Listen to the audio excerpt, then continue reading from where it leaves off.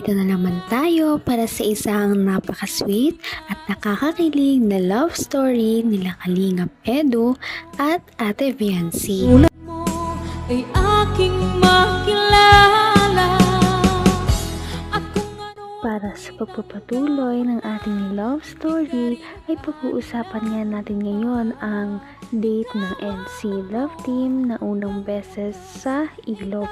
Dahil dito ay marami talaga silang pinag-usapan.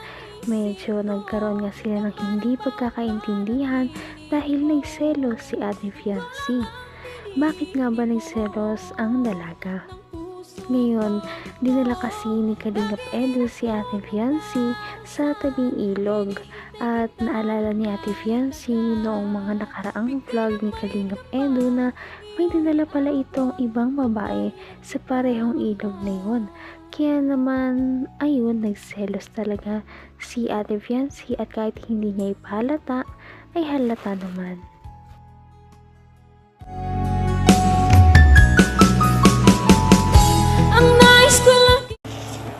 Tatalon ako dito.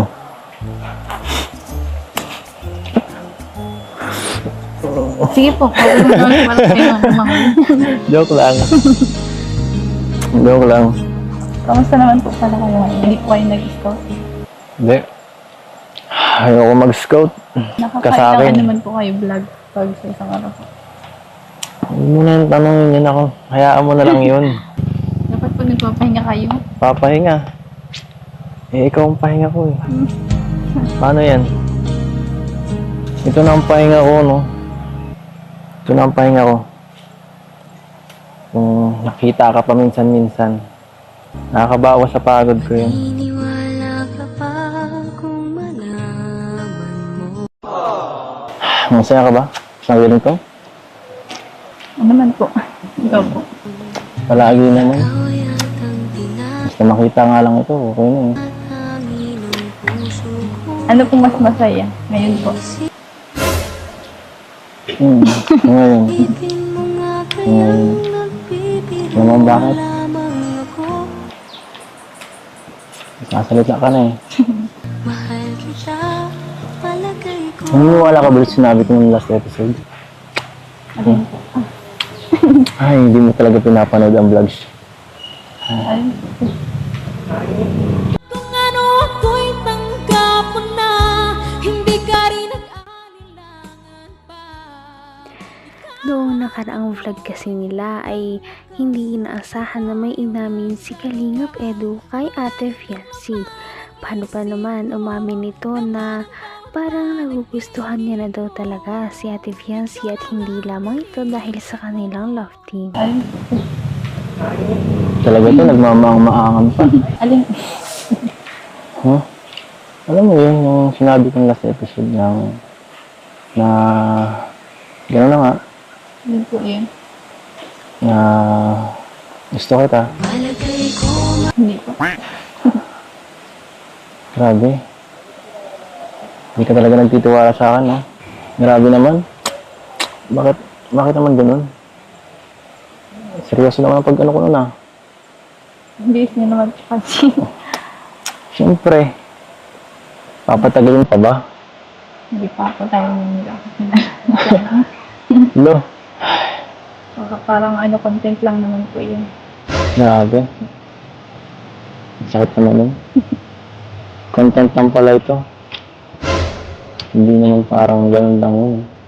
Gusto ko, patunayan ko sa'yo eh. Gusto ko, tumalon pa ako dyan para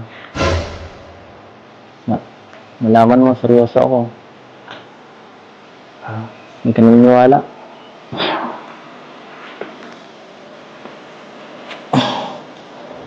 Gusto mo eh. Tumalon na ako dyan eh. Ano? Tatalon talaga ako. Lalo po kayo. Hindi mo ko pipigilan? Wala pa kayo. Hindi mo ko pipigilan talaga?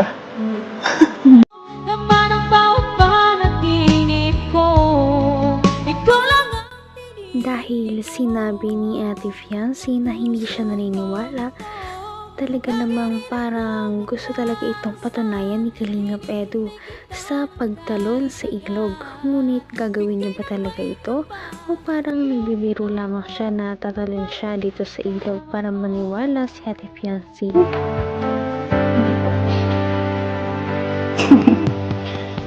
Wala po kayo dyan. Marunong naman po kayo mag-language. Sabihin mo lagi ako'y iyong mahal. At hindi panandali at hindi panghapabuhay. Hindi nagtataksil kahit Yan si para sa ito.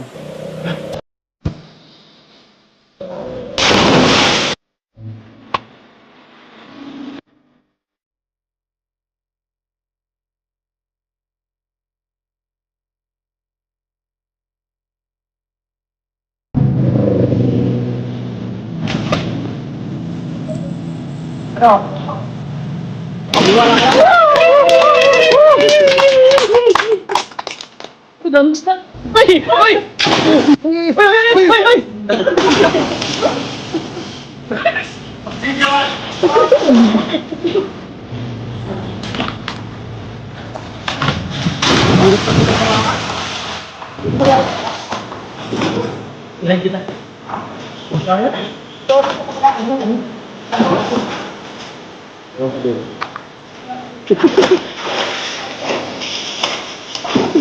hanggang wakas ay tayo ng dalawa. Palagi kang At ayun na nga, nagulat na lamang si Ate Fiancé dahil pinatunayan talaga ni Kalingap Edu na gusto niya na talaga ang dalaga dahil tumalon na nga siya sa ilog na ito kahit na napakataas. At hindi lamang isa, kundi uulitin niya pa talaga ang pagtalon na ito para lamang mapatunayan kay Ate Fiancé na tunay ang kanyang nararamdaman.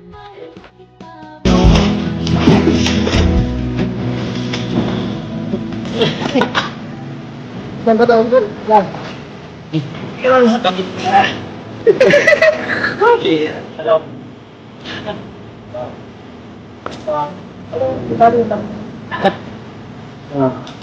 Niwala ka na? Pampagod. Niwala ka na to.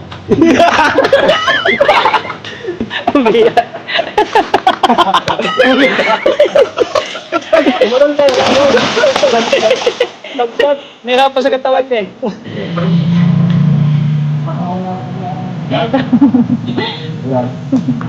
Edo. Tibay yan. Tibay.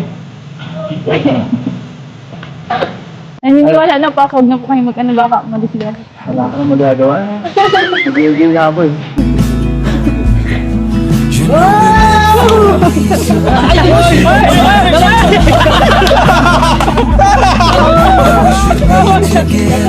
It's heavy weather. We're heading for tonight. You better take what you need, 'cause the tide's right now.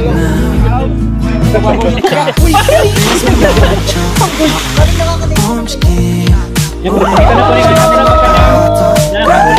Kinda say, can't make it sound. I can see us make. Grabe naman talaga ang dedikasyon ni Kalingap Edu kay Ate Fiancé dahil kahit na medyo takot siya sa mga matataas ay talaga namang tinalon niya pa rin ang ilog na yon para lamang mapatunayan kay Ate Fiancé na gusto niya na talaga ang dalaga. At dito nga, sana maniwala na si Ate Fiancé. Napaka-sweet talaga nila at napakabait ng tambalang ito kaya maraming sumusuporta. Kaya naman sana ipatuloy natin silang suportahan at mahalin si Fiancé, si Kalingap Edu at ang Kalingap team. Yun lamang at maraming salamat sa panonood. Abangan natin kung magkakatuluyan ba talaga si Kalingap Edu at Fiancé. Hanggang sa muli! Bye! ngayon'y abot